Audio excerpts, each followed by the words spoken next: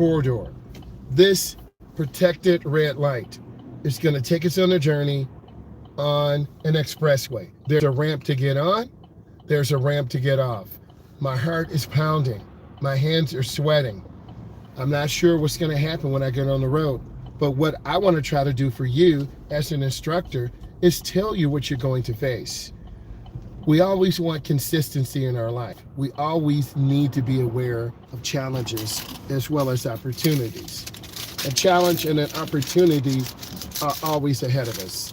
You see this glare? This is normal, but I'm trying to clean the light. Here's our green arrow. Now we're going to get on the road. I can tell it's going to be slippery, and I don't want to go super fast. This clover leaf is dangerous because you have to go very slow to get on, and you have to go slow to get off. The temperature is below freezing, and it's at night. It's very difficult for me to see the lines on the road because of glare. I'm going to merge out. I have to push the gas pedal to the floor. This is where most beginning drivers fail. I'm sorry I'm raising my voice. The turbo is picking up. I'm getting a boost. And if you don't hold your foot to the ground and accelerate like this, you will never learn how to merge. That was the most difficult challenge of them all. Now, we need to decide what lane is safest for us. I like the middle lane as an instructor. I can see traffic to the left, I can see traffic ahead of me, and I can see traffic to the right. We are on the I-94 corridor. It takes us to Port Huron, to Detroit, to Chicago. It goes into Iowa. We don't know the challenges ahead, but we really need to be prepared.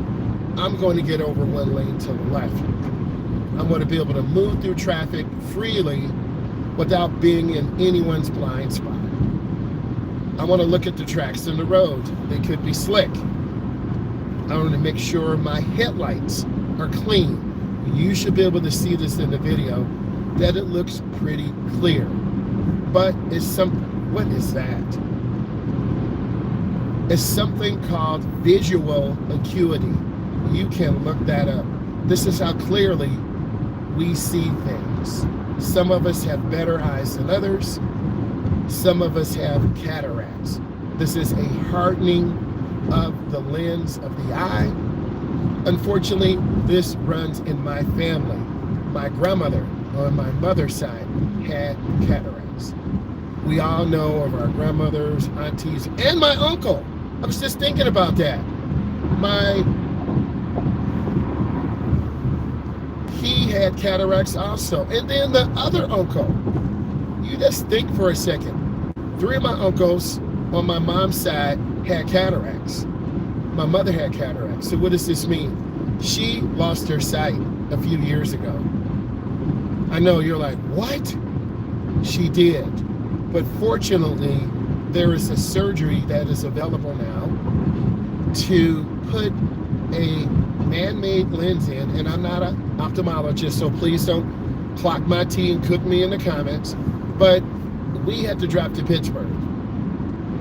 My dad, mom, my brother, and I. She had surgery to restore her sight. But indoors with air conditionings on, her lenses would fog up. She would always say this. Imagine not being able to see right now. How scary this would be. And we all been tired when we were driving. It's hard to see. It's hard to make decisions. You're tired. I'm a little tired right now, but I'm showing you the real life picture. You're gonna drive when you're tired. You're gonna drive when you're mad. You're gonna drive when you're hungry. You're gonna drive when you're emotionally exhausted. You have to look at options. If you need to get home because of an emergency event, you're gonna have to do this, or have someone drive you. But a lot of your real friends won't be there for you. I'm telling you, you're gonna find out who your real friends are. And you only have 1 or 2 real friends. Right now, I'm trying to establish a safe following distance. I want to be able to see the rear of the tires on the ground. I want to be able to judge traffic. Realistically, I'm trying to stay smooth and consistent. I'm trying to look through this F-150 to see, is this driver alert? Are they not paying attention? I have some other information for you. If you break down on an expressway, there's a 19% chance, over 19%, that you will be struck and hit by a motorist because drivers are tired, they're not paying attention, they're not aware. We have to start looking out for each other. As an instructor, it's my obligation. No, it's my duty to prepare you. You are the next generation king and queens. I'm going to get over one lane to the right. I don't like how this person's driving. And that was the okay lane change. It's a little difficult on a curve, but you can't be scared to make that lane change just like I made. That car's moving slow. I'm gonna have to lift my foot. I'm doing that now. You should see this. I don't want to cut off the truck. Good. Now I can get over it. That's what a good lane change is. I don't want to disrespect my truck driver because truck drivers are the backbone to logistics, moving goods one place to another around the world. And in respecting truck drivers, we respect ourselves. Because if you cut off a truck, they, meaning the truck driver that is 60,000, 80,000, or 100,000 pounds, they can't stop. And you risk putting your life in their hands. Do you really think I want something to happen to you? No. Do you really think I don't want you to get your license? No. There's a Cadillac coming up real fast. I just checked. See that Cadillac? Okay, they're in a hurry. Going to Iowa City, going to Chicago, going to downtown Detroit to make a deal. You see that Cadillac pushing hard. I'm going to get over. No, I'm going to stay here. Driving is about decisions. And as you see me driving and narrating to help you, what lane is safest? What lane can you go fast? What lane can you go slow? Guys, do you realize this is the story of driving? This is the metacognition. Listen, I'm going deep today. Thinking about what you think. I'm thinking about staying consistent, keeping good following distance. That person in that Cadillac is in a hurry. I'm rolling about 75, they're doing about 85. The average out here, yeah, they're moving.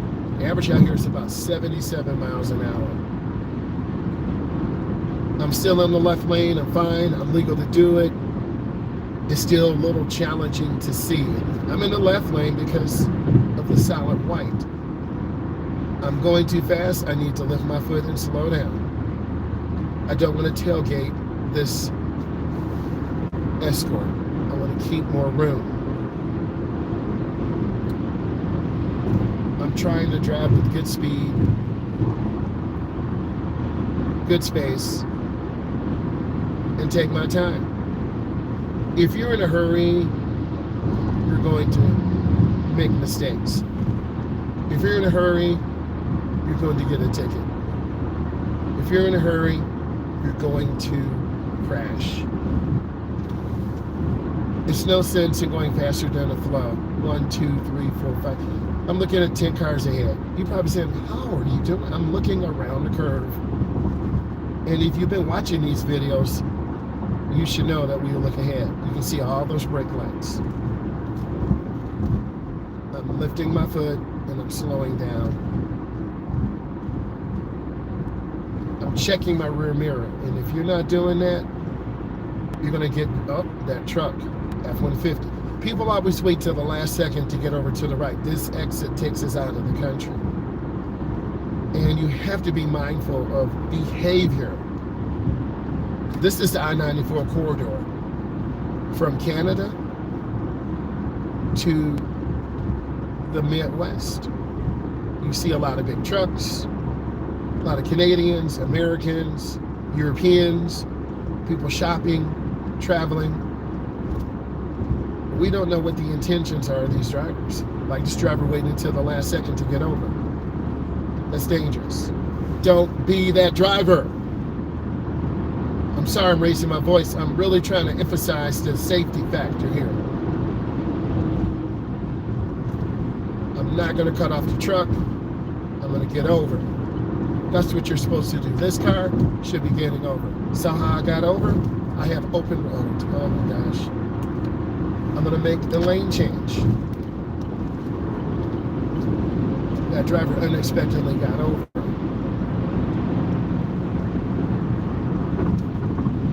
I'm going to get back over to the right. R-I-G-H-T.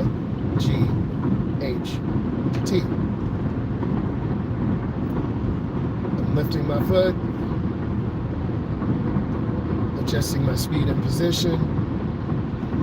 I can make a lane change, and I'm going to make a lane. This is a good tutorial because we're making really good lane changes. We're learning best practice, and then we'll get back over. We still have limited visibility, you can tell. But we're taking our time, adjusting to the light conditions, being aware, increase our understanding, and being patient. We have to be patient. I'm looking around the curve. I'm lifting my foot.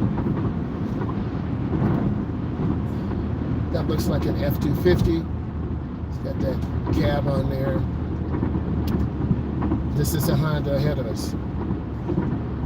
You may not be in the cars like I am, but this will help you understand the capabilities, the challenges, and problems of cars.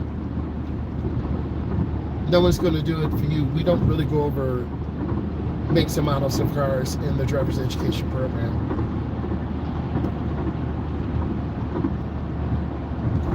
There's the semi truck.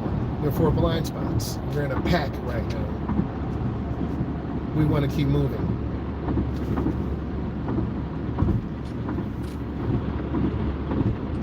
This is called the no zones. Left side, right side, front and back. We want to get in and out of the truck's no zones. When I see this truck in my rearview mirror, then I'm going to get over.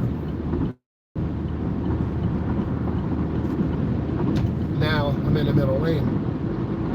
This is the magic middle lane. It's safer, smoother. I can see traffic to the left. I can see traffic ahead of me. I'm lifting my foot again, going too fast. And this is a great tutorial because this is what it's really like. This vehicle is for a handicapped individual, especially modified, ahead of us. It has a lift. And for people who are handicapped, they deserve mobility too. And I'm backing off.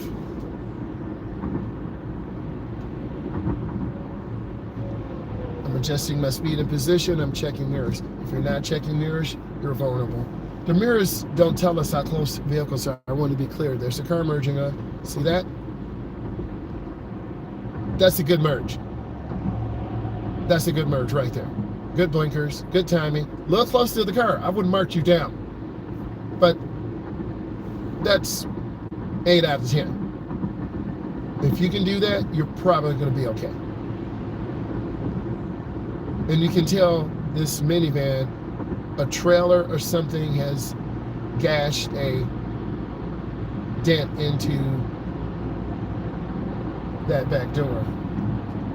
You can see that F-150 tailgating the Chevy.